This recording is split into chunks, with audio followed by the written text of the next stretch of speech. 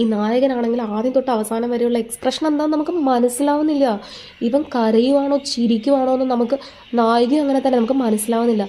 നായകനെ പിന്നെ നമ്മുടെ ഡയറക്ടർ ഒരു കൂളിംഗ് ഗ്ലാസ് വെച്ച് അഡ്ജസ്റ്റ് ചെയ്യുവാണ്. അതായത് സിനിമയുടെ തുടക്കം തൊട്ട് അവസാനം വരെ ഇവൻ കൂളിംഗ് ഗ്ലാസ് വെച്ചിട്ടാണ് നിൽക്കണേ. അപ്പോൾ നമുക്ക് പിന്നെ നമുക്ക് കുറച്ച് അഡ്ജസ്റ്റ് ചെയ്യാം. നായികേനെ എന്ത് ചെയ്യാൻ പറ്റും? നായികയ്ക്ക് ഇങ്ങനെ കൂളിംഗ് ഗ്ലാസ് കൊടുത്തു കഴിഞ്ഞാൽ നമ്മൾ വിചാരിക്കില്ലേ ഇതെന്താണ്, വേറെ കണ്ണിന് എന്തെങ്കിലും ഇവർക്ക് പ്രശ്നം ഉണ്ടായിട്ടാണോ, കൺജങ്ക്റ്റിവൈറ്റിസ് ആണ്, നമ്മൾ അങ്ങനെയൊക്കെ സംശയിക്കുമല്ലോ. അതുകൊണ്ട് നായികയ്ക്കും കൂടെ അത് വെക്കാൻ പറ്റില്ല. കാരണം നായികയുടെയും എക്സ്പ്രഷൻസ് നമുക്ക് മനസ്സിലാവുന്നില്ല.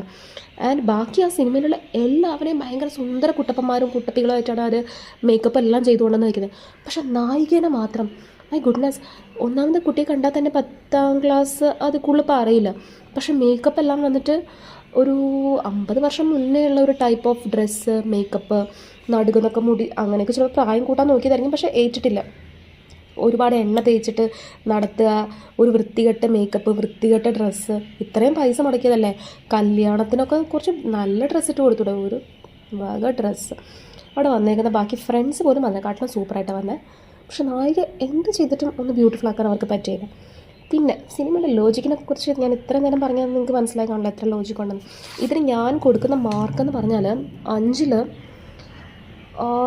1.5 കൊടുക്കാം. ബിക്കോസ് കളറും കാര്യങ്ങളും എല്ലാം വളരെ നല്ലതാണ്. ബിക്കോസ് ബാക്കിയുള്ളവർ നന്നായിട്ട് അഭിനയിച്ചിട്ടുണ്ട്, കുറച്ച് പേരല്ലേ അഭിനയിക്കാത്തതുള്ളൂ. പിന്നെ കഥയ്ക്ക് മാത്രമല്ലേ കുഴപ്പമുള്ളൂ. 1.5 മാർക്ക് കൊടുക്കാം. Total failure.